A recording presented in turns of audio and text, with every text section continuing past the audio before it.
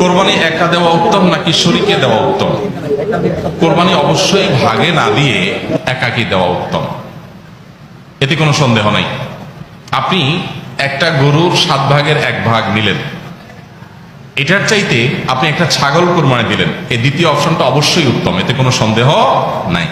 কারণ আপনি যখন শরীকে কোরবানি দিলেন তখন সেখানে অনেক শরীক, তাদের কার উপার্জন হালাল, কার উপার্জন হারাম, কার মিশ্র উপার্জন, কার নিয়ত গোশত খাওয়া, নানান রকমের ঝামেলা সেখানে থাকে। আর আপনি যখন একা একা দিলেন তখন সেই ঝামেলাটা আর থাকে না। তো এই জন্য একাকি কোরবানি দিলে সেটা অধিকতর উত্তম হয়। আমরা সাধারণত গরু কোরবানি না দিলে আমাদের দিলটা শান্তি হয় না। এই দিলটা শান্তি হয় না কি আল্লাহর জন্য, আল্লাহর রাস্তা বেশি টাকা খরচ করার নিয়তে? সেটাই যদি হয় তাহলে অন্য খাতে দানের ক্ষেত্রে কেন এত আগ্রহ দেখা যায় না? তো এই জন্য আসলে আমাদের নিয়তটাকে পরিশুদ্ধ করা দরকার যে আমরা কেন কোরবানি দিচ্ছি।